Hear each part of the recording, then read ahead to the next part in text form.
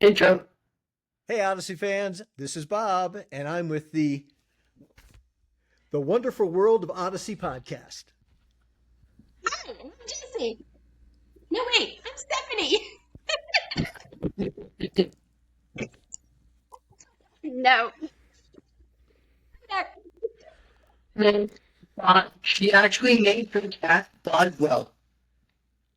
I'm impressed. Roswell will not stop getting in the feed either. Uh, I'm impressed. Well, it's good to be with you guys. Again. You too. Thanks for coming.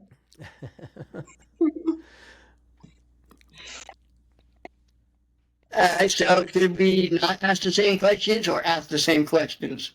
I'll tell you what, you can ask the same questions. I'll give you a shorter answer. How is that? So for me, you might ask the questions that you didn't get to. Yeah, sure. What is your favorite quote from Odyssey? Oh, my favorite quote. That's a really good question. I wasn't prepared. Charles, this is why I said you need to send me these questions in advance so I can think about them. I'll be ready for these. That's a good one. The favorite quote. I don't know. I can't really think of it.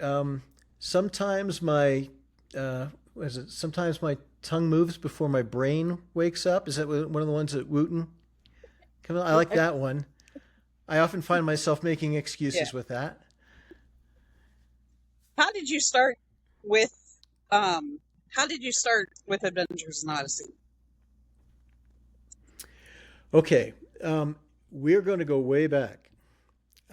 Before I ever worked with the Odyssey team, first got started to focus on the family in 1991, writing copy for various products and promoting different things. And so I would write something that we used to call in the old days, our older fans may remember them, they were called premium pages. This is what we called them internally. And essentially what they were, there was like an advertising insert that had different focus products that people could order for a suggested donation. And there were Odyssey products in there, and I would write some of the descriptions of the Odyssey products. In fact, one of the first things I wrote was the back cover copy on the box for A Fine Feathered Frenzy. That was brand new. Yeah, it's kind of fun. So that was my introduction to Adventures in Odyssey. I was in my mid-20s, so I didn't have kids yet, and I kind of missed it. I didn't grow up on Odyssey, so it was really a professional contact. It was through my work at Focus, and then the nature of the work with Odyssey just continued to change through the years. Did you play any sports in high school? I did. We had a varsity bowling team actually grew up in New Jersey, and back in that part of the country, some people laugh at this, like, wait a minute, that's not a sport, it's a game. I said, no, when you do it, when you take it as seriously as we did, that's a sport. So yeah, that was my thing. And then, I was there were a couple other sports I wanted to participate in, but ended up doing other things. Like, for instance, we had a terrible football team, and I had to make a decision whether I was going to get destroyed on the football field. And I have to explain, one of the reasons for this was when I was a junior, our schools, we had a big school in town, and it split because we needed to build a new school. It got so big. And so the new school, which is the one I was going to go to, didn't have a senior class. So imagine a football team with no senior class. It was not a pretty picture. So I had the opportunity to broadcast. We had a radio station, and I got to be either get down on the field and get myself destroyed, or actually broadcast. And so that was one of my earlier experiences behind a microphone. But there were there were other ones that just bowling worked out well because of the time of year it was. But spring there was baseball and tennis, which I was not good enough to play varsity. But I was also in the spring musicals, so I had a choice. I could either kiss the girl or sit on the bench. So that was, what choice would you make, Charles? Come on. I would kiss the girl. It wouldn't.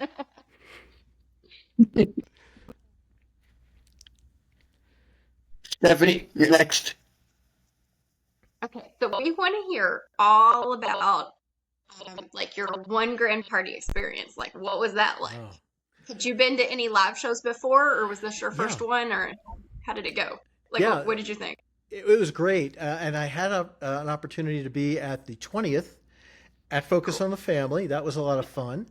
I had just really kind of gotten started at that point because I think, wasn't that 2007? I think it was 20, and I had started with the podcast in 2006. So that was all very new to me. Everything was, I got a chance to meet people that we no longer have with us, people like Dave Madden, it was kind of coming in on the tail end of that generation of Odyssey. And that was a lot of fun. Then at the 25th, got a chance to go to Dallas, Texas, and participated in that one. Jesse and I were there. We emceed that one. And then, of course, the cruise was a lot of fun. That live show was very different. And this one was special because obviously, how many shows get an opportunity to have a 1,000th episode? So that was a lot of fun. And I really, what I really enjoyed most is I think because I told Greg Jabara, Greg has won a Tony Award. He's been on a primetime network TV series. He's done a lot of different things, but he's never engaged with our fans, the Adventures in Odyssey fans before. And so I told him, I said, Greg, this is going to be unlike anything you've ever done. He's done films and, but this is going to be different. And I think, when I told him that at a session about earlier in the year, he sort of said, yeah, I'm looking forward to it. But he had such a great time meeting Odyssey fans. And I think for me, that was one of the highlights, was just being with Greg and seeing him kind of connect with people that he'd been performing for, but had never really connected with before. Awesome. Do you have another question? Which Odyssey character do you think you're like and why?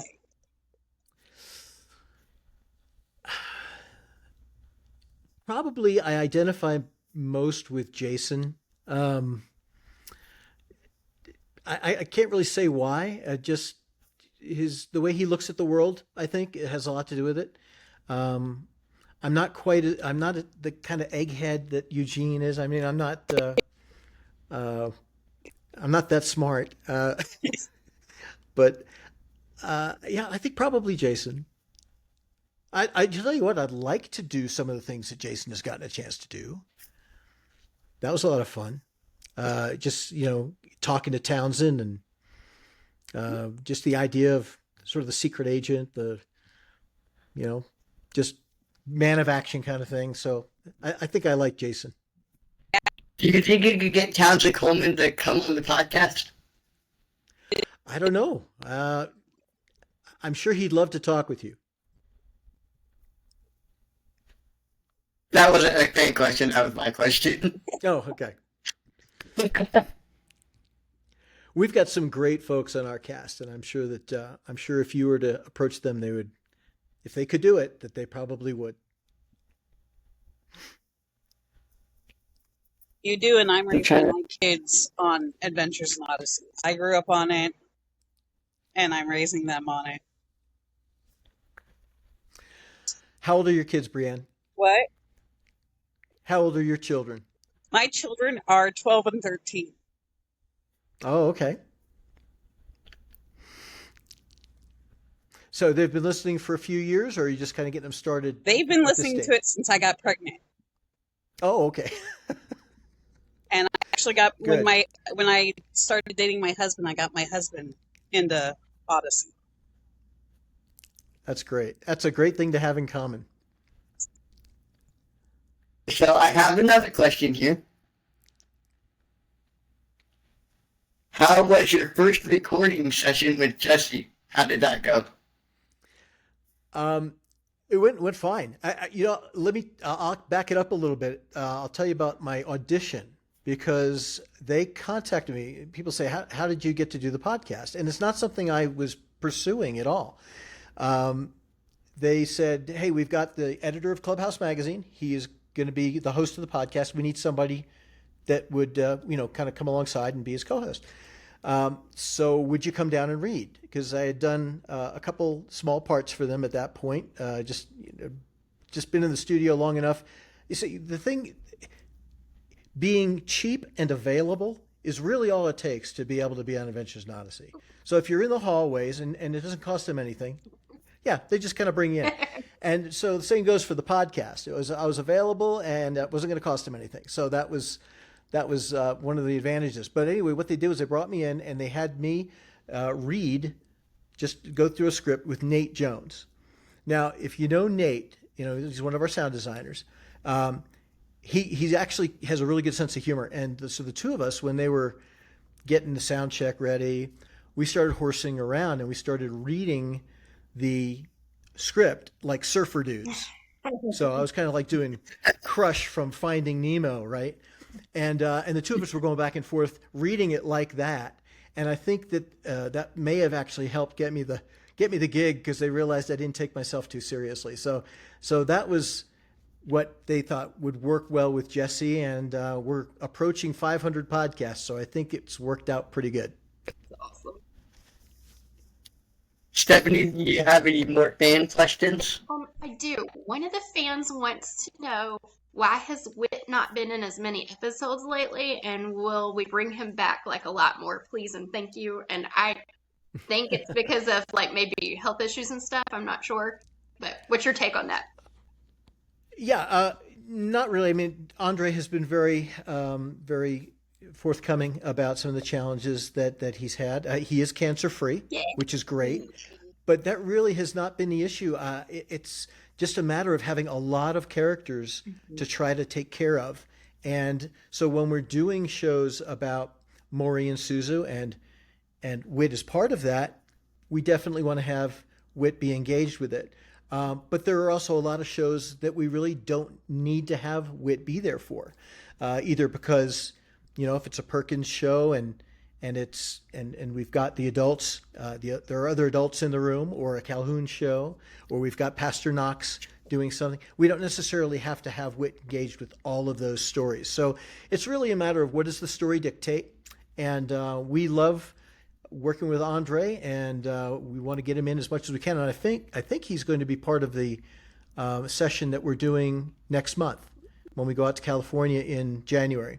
So yeah, love having Andre, and he's been a joy to write for as well. I really enjoyed doing when we did Out to Sea. He's a great voice of Whit in my head, and I really enjoy him as a person too. He's a wonderful man. What did you go to college originally for audio drama? No. Well, it's kind of funny because a lot of people have asked me through the years. I've had some very fun jobs that focus on the family, and they say, well, what do I need to study to be able to do what you do? Because I started out, I actually got a degree in communications and advertising. Is what I started with. Back in the 80s, I graduated from college and worked in an ad agency writing for 3 years before God said, I really want to kind of take you in a different direction. And one of the neat things about advertising writing is it teaches you to write persuasively and to write economically, because whenever you're writing an ad, it's either you've got a limited amount of space or you have a limited amount of time. And it forces you to be very efficient with the way that you communicate. And I think that served me well in a lot of the different kinds of writing that I've done at Focus on the Family.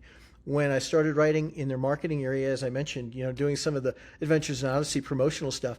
But then beyond that, when I started working at what became Plugged In, doing movie reviews and podcasts there and various things, that was a different type of writing, but it was a lot of fun.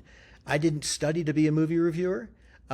Basically, we were learning, what does God's word say about certain types of messages, and what does the media and the culture say about those things, and how do they not connect? How is there a conflict between what the world is saying and what God's word is saying, and how do we help people understand the difference? And so I did that for quite a long time. I was actually the editor of a magazine for 16 years. It was called Plugged In. I was the host of our podcast. We did 220 episodes of our podcast before that was retired. I wrote for Brio and Breakaway magazines back for 15 years. I answered kids' questions about media and then transferred that onto working with Jesse at Clubhouse and doing that with him. So while I was doing those things, Odyssey found me and said, would you like to do some sort of extracurricular work with us, whether it's in the studio or some live events, and then eventually the podcast. So that was kind of how I grew into it. I didn't study. I did have when I was in high school, we had a radio station. It was 10 watts. It barely got out of the parking lot, but it was a great experience because it taught you to just get comfortable behind a microphone. So a lot of the things, sometimes God prepares you for things without realizing that he's doing it, and then uses those things later. And it doesn't always have to be on a piece of paper, with fancy writing and a gold seal from a college. I have a master's degree in communication studies that I earned at the University of Kentucky just before moving to work with Focus on the Family. But yep, go Cats, Big Blue Nation. But yeah, that's it's funny how it all kind of comes together to help prepare you for the things that God has long before you're ready to take on those responsibilities, that he's prepping you for it. In fact, I've told people this too. I said, if God had told me, long in advance, this is what I want you to do, I'd have messed it up because I would have tried to run ahead of him. I wouldn't have been patient. And as it was, he brought things in his timing, and he knew what I was ready to deal with, what I was mature enough to handle in some cases, and what I needed to be prepared for. So I would just say, if anybody's looking at what I do and say, ooh, I want to do that, just be faithful in the little things, and God will give you bigger things. And he knows the desires of your heart, and he knows what he has prepared, the good works in advance he has prepared for you to do, and he's going to match you up. You just got to be faithful in the small things. Any more fan questions coming in? So far, I haven't got one yet. There was one. They asked, what were you going to be writing any episodes anytime soon, or playing any episodes anytime soon? Or can you not tell us?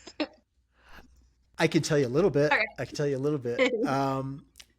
I am working on a show with Abigail Geiger. The two of us are working on a show together. It's a Bible-based imagination station adventure. At least that's the way it's starting.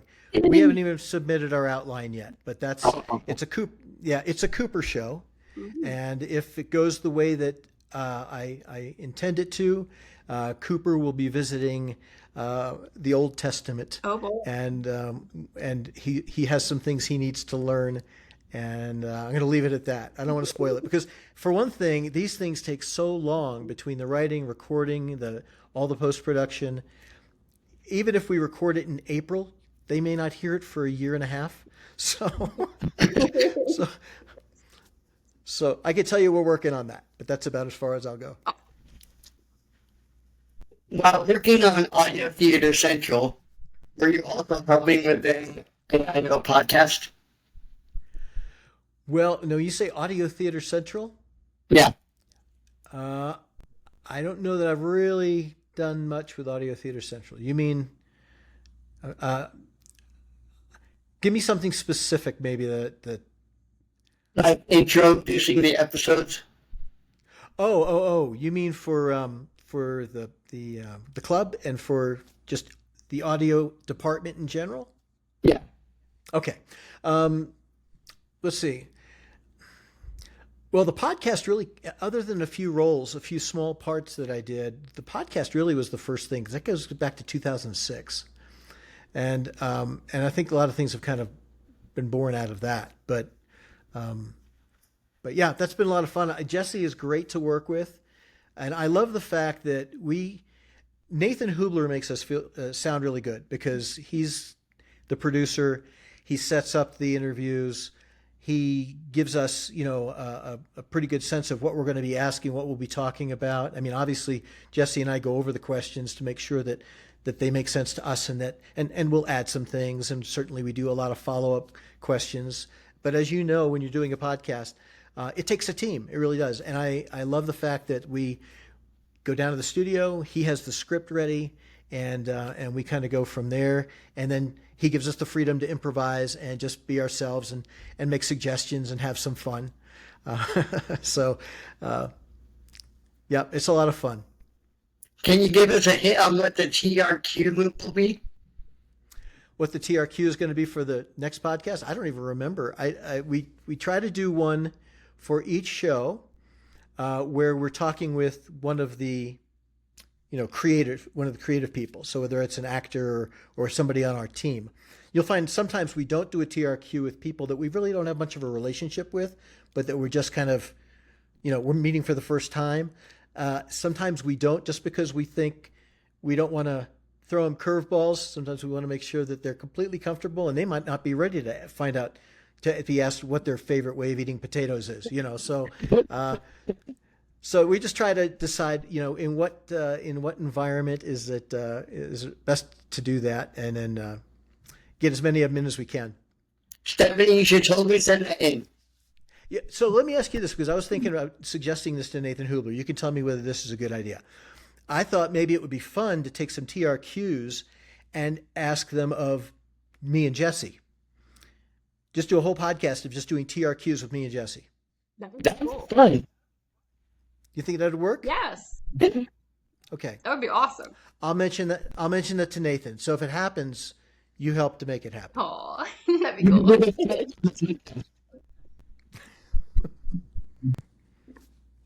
You should say the wonderful world of Odyssey podcast will want to know this question. That's right. That's right. About how you eat potatoes.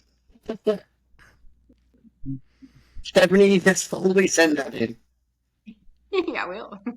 I'm the secretary. I'm Madam Secretary. They always joke and tease me. If they need me to write something down, I'll be like, hold on, I got to write it down so I don't forget, because my brain's real short.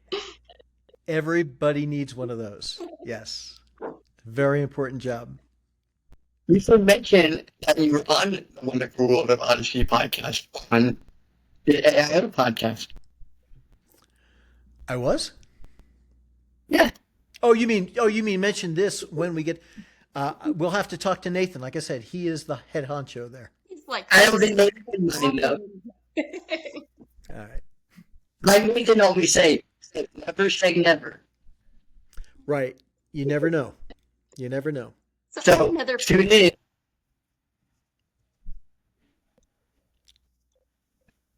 Go ahead. I'm going to say tune into the AIO podcast because our name might be mentioned. It could happen. So, out of like all the parts that you've done, what was your favorite one? Oh, wow. Or it's hard to pick a favorite, right? It is hard to pick a favorite because, obviously the first one, Aloha Oi, was a lot of fun. That was a good experience.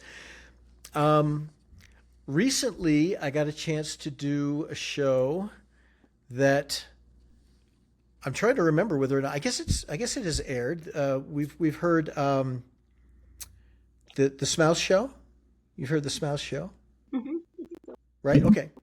Yes, I was in the Smouse Show. And I'll let you decide who I was. I get to pick which one you were. See if you can figure it out. Yes. I've got homework. That was a lot of fun to do. Do you prefer soda or water? Water. Yes. In fact, I've gotten I want to say I'm completely off soda, but pretty much 99% off soda. And it has been one of the best decisions I have ever made as far as my health is concerned. Because I was, I used to think, I don't drink alcohol. There are a lot of things that I don't do to my body. And I thought, well, a soda a few times a week is not a big deal. I'm telling you, it's a big deal. And I have tried to get as much processed food and sugar, particularly soda, out of my diet, and I feel so much better. These two are Pepsi lovers. I think, yeah. Yeah, no, I believe me. I'm with you, but I drink just about nothing but water, and I don't miss drinking my calories and drinking the sugar and everything like that. I'll tell you, get that first month or so is a challenge, especially when there's certain things that you eat that you're like, oh, it would taste so good with a Coke or a Pepsi or some Dr. Pepper. Mexican food, pizza, burgers. I mean, those kinds of things. But I'll tell you what, if there's somebody out there who's trying to get more responsible about fast food and things like that, if you cut out the sodas, you're not going to want some of the things that go well with sodas that are also bad for you, like all the snack foods and, all the fast food. It's Eating this. That's right. Geez, the family size. Yeah, don't let Wyatt get hold of those. Wyatt might tear through that bag in no time flat. If you've heard if you've heard the latest club episode, yes. So anyway, I wasn't planning on getting on a soapbox about health, but I'll tell you what, it makes a big difference. Stephanie, any other questions that fans are sending in? So far, I haven't seen any yet. I'll keep you posted. What you? See, as soon as I told them not to drink soda, they all tuned out. You told them no fizzy cola, and they were like, nope. Do you have a favorite memory from college and high school? My senior year was great in high school. I had great opportunities, wonderful friends, and I just have wonderful memories. So whenever I hear music from 1982, I am transported back, and I remember my high school, my senior year of high school, which was a lot of fun. And like I said, and a lot of my friends were in drama, or they were in the radio station with me, and so we did a lot of that kind of stuff together. And those are people that I still keep in touch with to this day.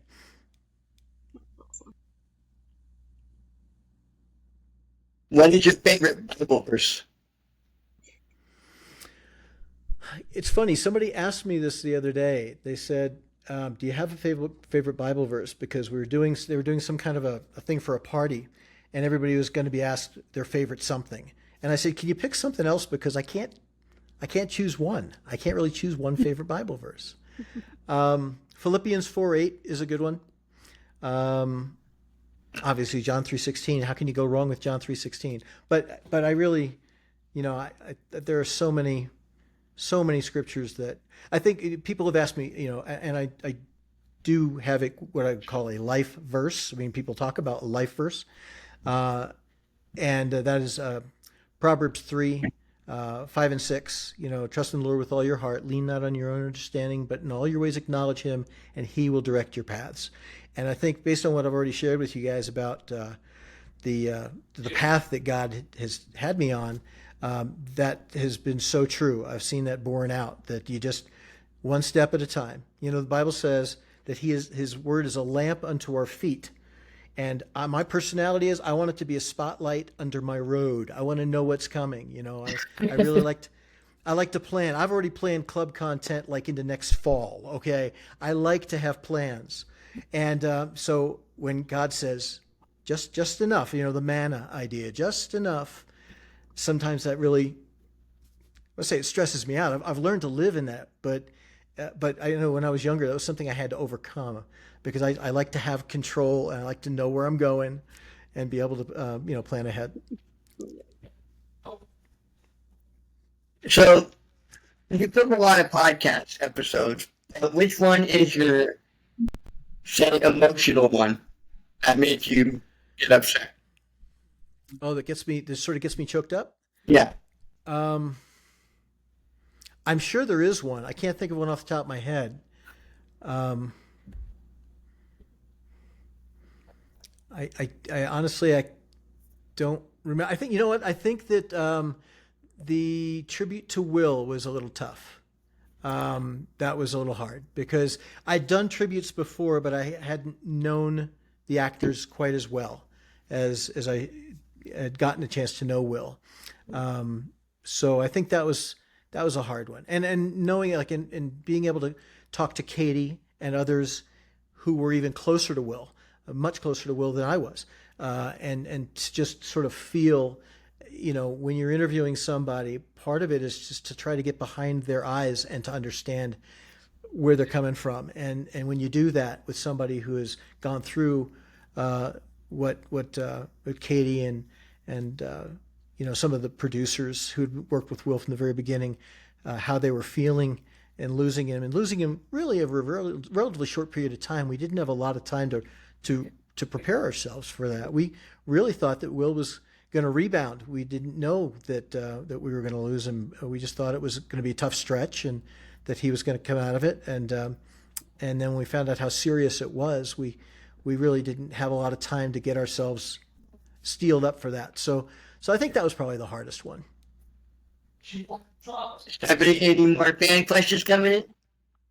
The one from last night came back. So, do you like tuna sandwiches with pickles? Tuna sandwiches with pickles. We asked Nathan this too, and it came back. I like pickles, and I like tuna. I don't know that. I guess some people can chop up the pickles really tiny, like in the tuna. Is that how they do it? Like a tuna salad? Yeah, like a tuna salad. I've never had it that way, so I don't know. I guess I'd have to try it to find out. And this was the big question I asked you earlier about the lost connection with you. What's a typical day look like as a club producer? Okay, I'm going to give you a shorter answer this time. Mm-hmm. There is no typical day, but I love creating content, all the puzzles and different activities that we've done. Sometimes like the sort of the Mad Lib type things that we've done, I've created those. I mean, just the variety of the puzzles I get to do are a lot of fun. So that's probably my favorite part of my job. Every producer's got meetings to do. They've got schedules to make. I mean, there are rather mundane things that just keep the machine running, keep the club going. Whether I'm building and scheduling slides for the carousel so that you guys can know what's hot and what's new, or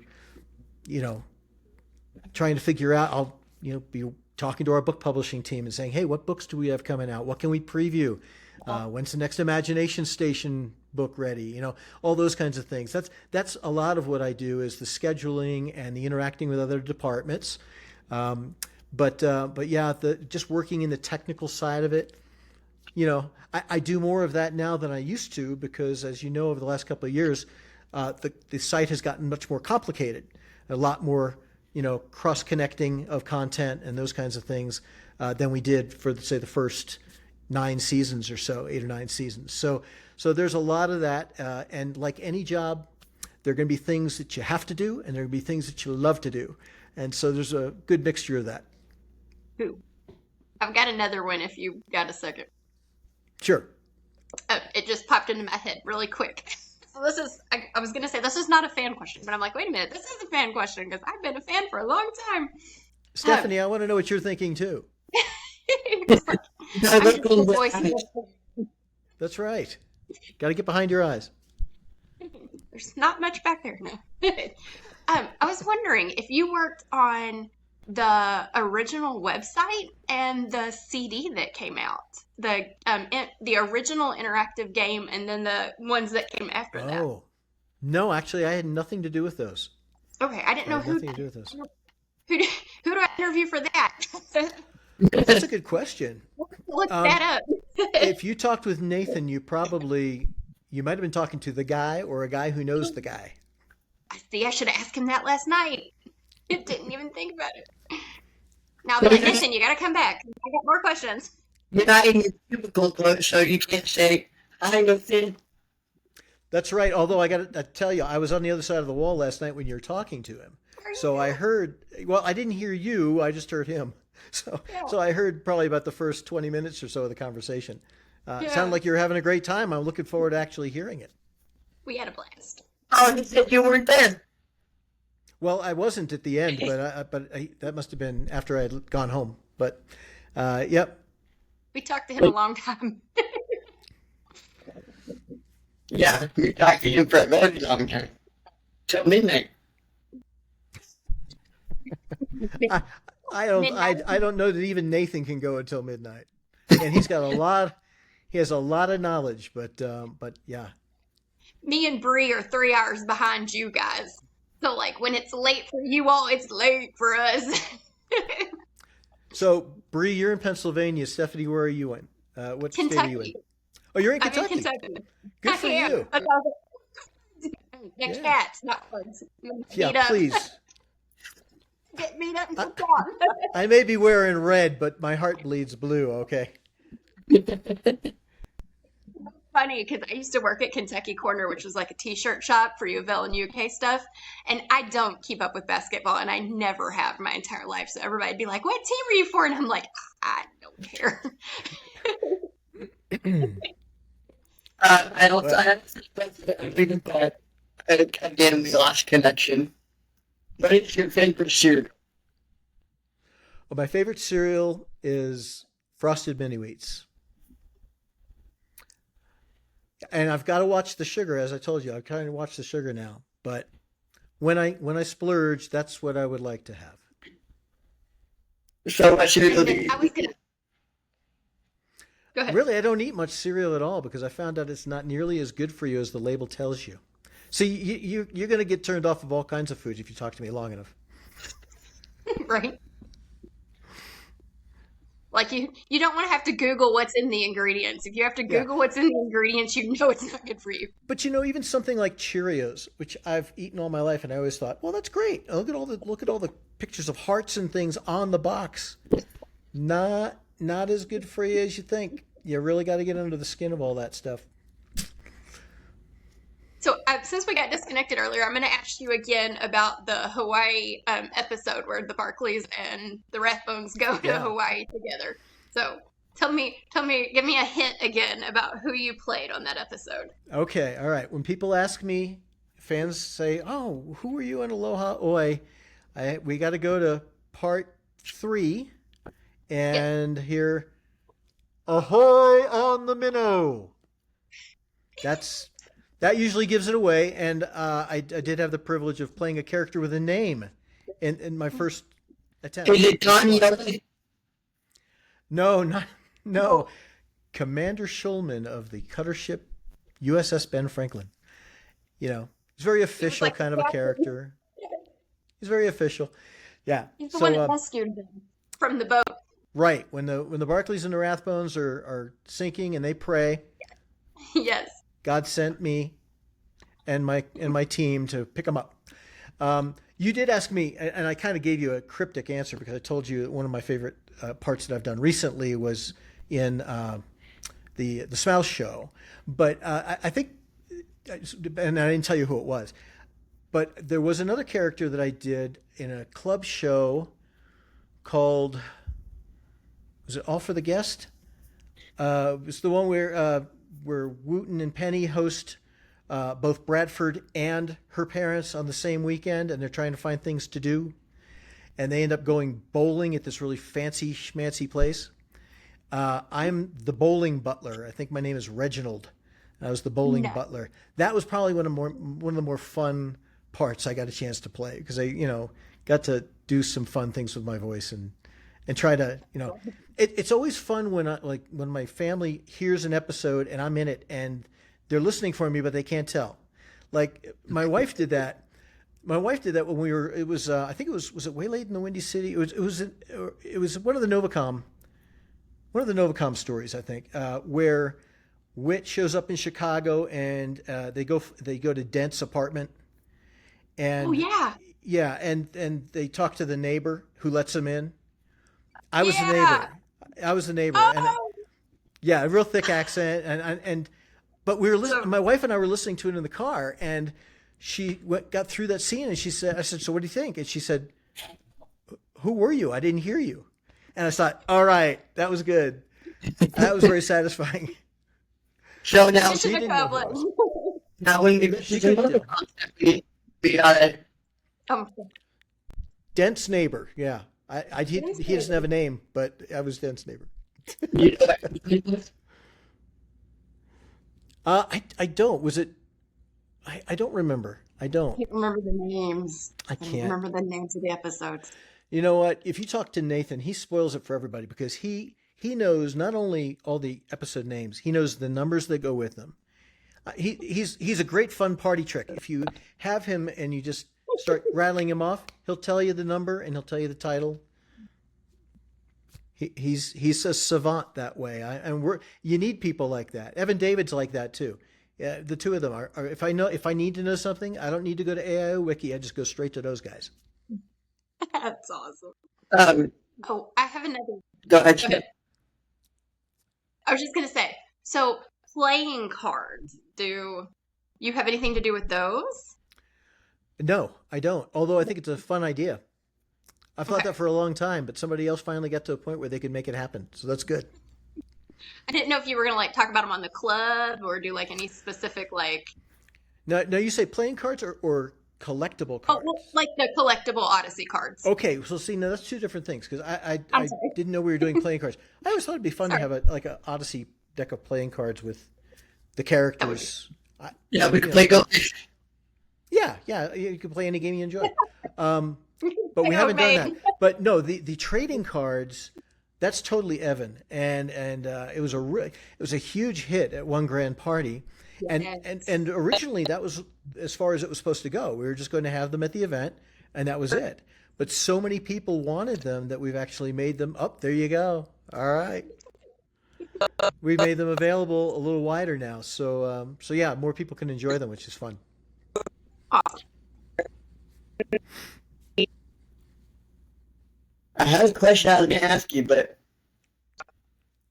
I don't know how I started it out. Well, give it a try. I don't remember now. All right, Charles, I have a question for you because actually, you ladies can answer too. I always, when I get the chance to meet people, and it's one of the most fun things of my job, is when families come through, they'll do tours. Diane Angolia will call. By the way, anybody listening out there who comes to visit Focus on the Family, if you want to say hi, don't be shy. Let somebody at the front desk know, and if we're available, we'd love to come down and meet you. Yeah, when I get asked by people, what's your favorite episode? And I often ask them the same thing. So what's your favorite episode? I'd love to know, what do you guys think? What episode stands out? You want to go first?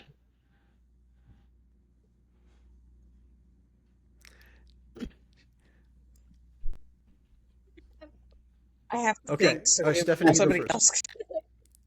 Okay. So Way Late in the Windy City is like one of my top ones from when I was little. Like those are the ones that stick. I have so many though, it's ridiculous. Like Family Values and um but I also like um I lost it. Way Late in the Windy City and then the other one. Oh, Name Not a Number. Okay, yeah, a lot of people like that one too. I'm a Jason fan. So Uh-huh. like Name Not a Number was Go like my Jason. first one I heard that like introduced me to Jason. Mhm. So I liked all the mystery stuff and I liked Tasha, so it was kind of that one was one of my jams too. Yeah, But there's so many, I can't pick a favorite. it is hard. I mean, you've got 1,000 of them now. You almost have to Oh. separate them into categories, right? I mean, you got like, what's your favorite old episode? What's your favorite contemporary episode? What's your favorite Eugene episode? So Yes. it's hard. How about you, Charles? What's your favorite? You have one that stands out? I like the Imagination Station part one where Digger Diggle goes back to see Jesus. Uh-huh. That's a great one. That would be That's a really great one. to see. Yeah. How about you, Brianne? Now that you've had time to think about it.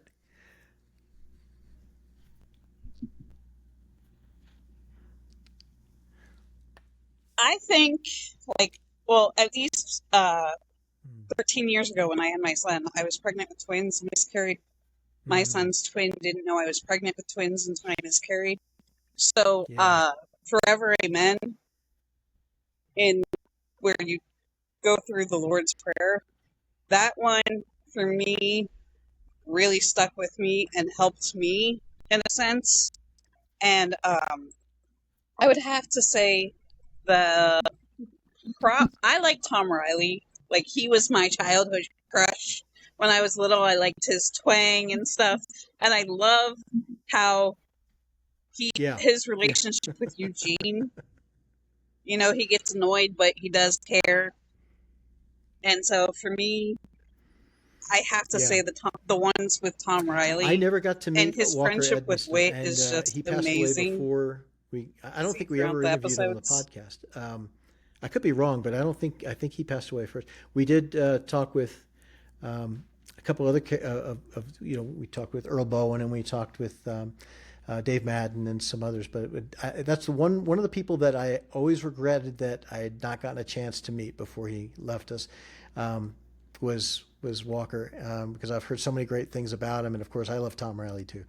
A couple of shows my kids loved growing up, because I have two kids in their mid-20s, and I remember my son loved Sunday Morning Scramble.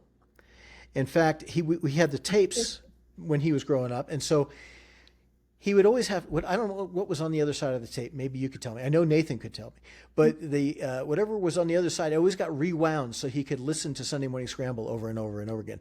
Once the CDs came along, it was a lot easier as a parent to just sort of hit the button rather than having to rewind that tape all the time. But that was one of his favorites, and I have there are a couple of episodes that I'll give you a little intel on. My wife has a small part in an episode. That's one of my favorite episodes is Your Honest Opinion, Please, which is a relatively recent episode. And that's, of course, the one where the clown paintings are freaking out Wooten. And at the same time, Connie is trying to get along with her new studio mate. Sam Sixeri wrote it, and it's hilarious. I love the Screamers and Sons, where they've got like the banjo music and the screamo music together, and there's some funny moments in that show. And my wife actually plays the editor of Chez Paint magazine, that Wooten bursts in and is completely honest with Penny while she's being interviewed by my wife, whose name is actually Julie, and so is the name of the character. So that's one of my favorite episodes. And my son was recently in a show. It was Right Notes, Wrong Key, I think. It's the one where sort of the Battle of the Bands thing happens, where Jules replaces Bridget. And my son plays the drummer from the rival band, the one who goes to the online academy and had a history of putting peanut butter in Gunner's hair. That's my son. And so it's fun when I can involve them, and just we look back and we can laugh together about some of the different things that we've had. Actually, my daughter, I really wanted her to be in a show. In fact, I wrote a part for her in Out of Her Element, and she didn't want to do it. She's not been in a show because she just. And I said, how can you not want to be on Adventures in Odyssey? But she was. She was supposed to be. Had she been interested in doing this? I'm not a parent who forces my kids to do anything. I give them opportunities, and they can tell me no. But she was going to be the student at the end, the one with the nail polish that Renee needs to get the nail polish remover to be able to separate them from the super glue, and the girl that she goes to who is constantly changing the colors of her nails. That was going to be my daughter's little cameo, but 'twas not to be. So we ended up using an intern. One of our summer interns at Focus came in and did that part and did a great job with it. So worked out okay. That's awesome. So you're saying, So next time, do it, or I'll do it for her. but you're saying when we visit Focus, we can ask the front desk for you? Yes, you can. And if I'm there, I will come down and I will say hi. You bet. All right, you guys, we need to make a road trip. There you go. We'll take a tour of the Foley room together. We'll go down, because that's not on the regular tour, but sometimes if people are, if we get people there in the main building, we can find out if it's not being used, and if it's not, we can kind of go down, check out the studios and where we do the podcast, which isn't all that exciting, but it's the studio where we do the podcast, and go into the Foley room and touch stuff, because the nice thing about the Foley room is you can touch things. You could put on Whit's shoes. I mean, literally, you could put yourself in Whit's shoes. That's awesome. And then maybe When I say literally, I mean it, not like Jillian does. When I say it, I mean literally in Whit's shoes. And then maybe we could do a podcast segment on. Yeah. bring your phone and you can shoot yourselves in the Foley room and you can do an introduction to your next podcast. Hey, there's all kinds of possibilities. By the way, we've got a new 3-story slide that came in this summer. So if anybody has been to Focus before but not been recently, we've got a new slide. And there's all kinds of fun stuff to do over there. I love it. I'll just take a walk over there. And is it still? No, it's not. It's silver. But here's the coolest part, and I don't mean that as a pun.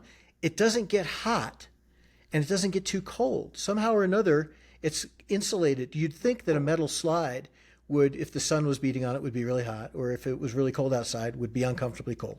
And it's not. It's really neat. And it's not too dark either. This is the thing that amazes me, because the old slide was green, and it was made of plastic that was, the sun kind of shone through it enough where you could get some light in there. And I looked at what they were going to put up, and I thought, I don't know how they're going to keep that from being really dark inside, but they've done it. They've done it. The kids love it. So, but yeah, I mean, I love to just on my lunch hour once in a while, I'll just go over to Wits End, and I'll go over and I'll get some popcorn or something, and I'll just watch the families having fun at, walking around Wits End or getting their lunch there, and it's great. So anybody who is in the neighborhood of Colorado Springs, please come by and see us. We'll make a road trip and get some raspberry ripple.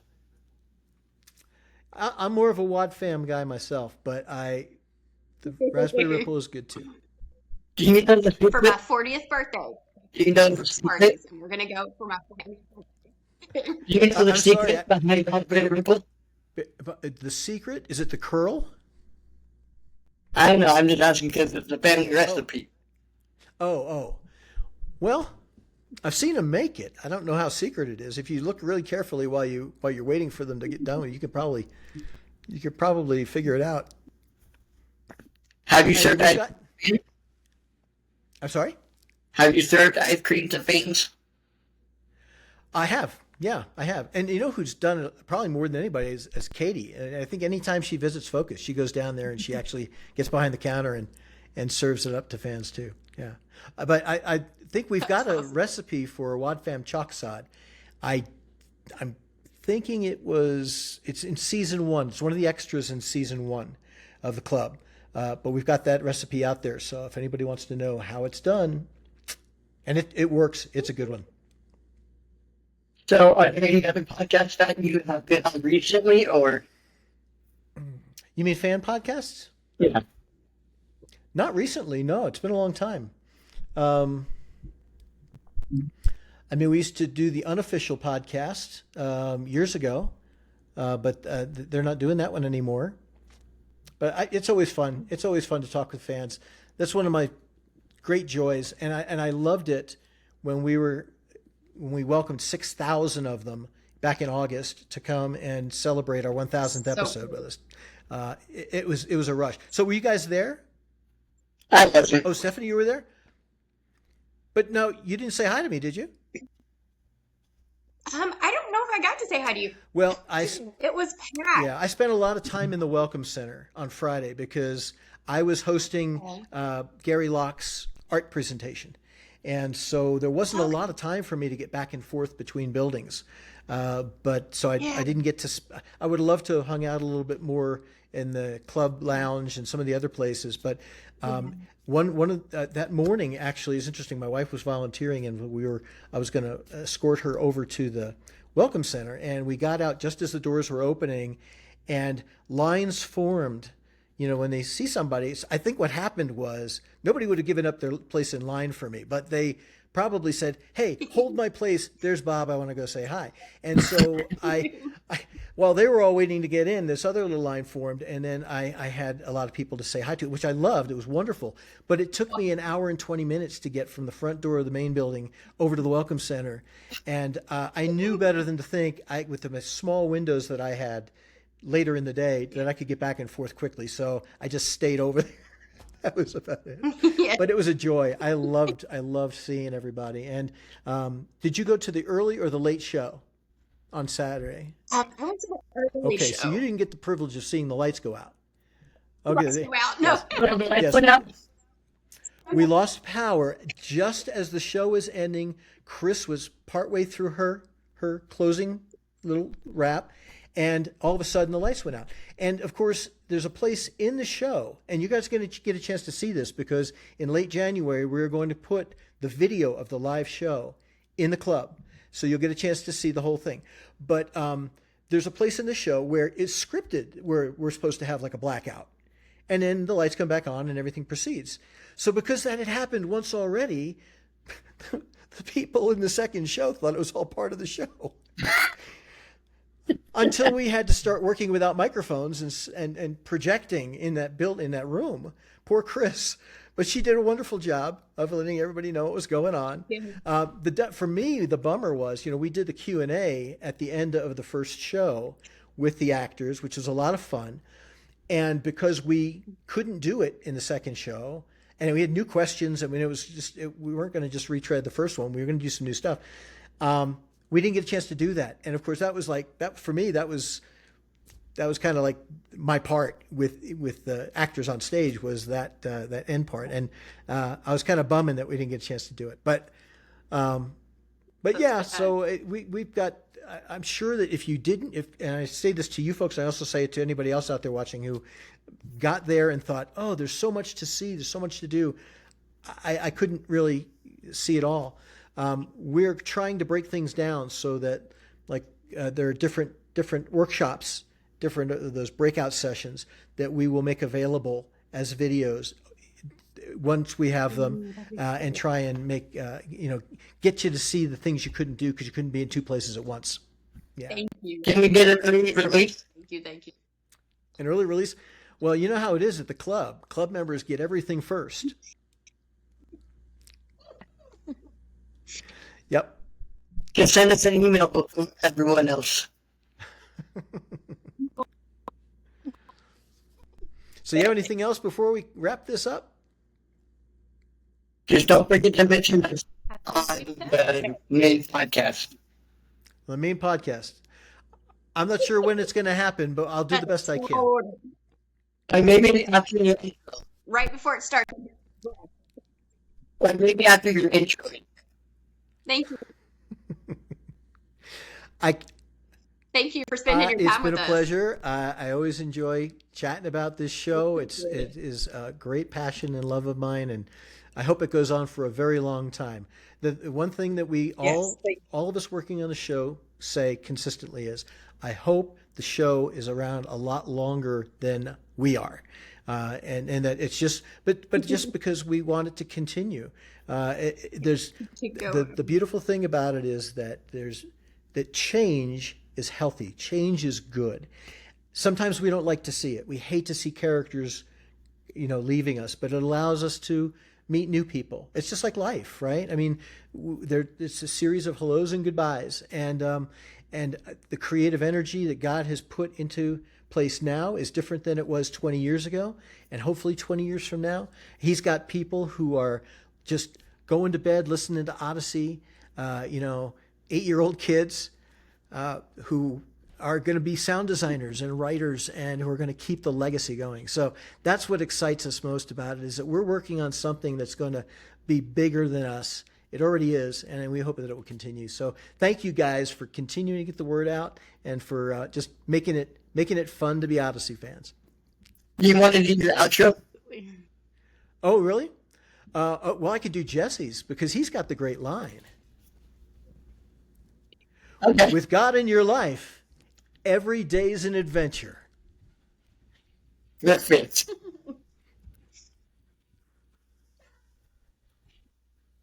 Thank you.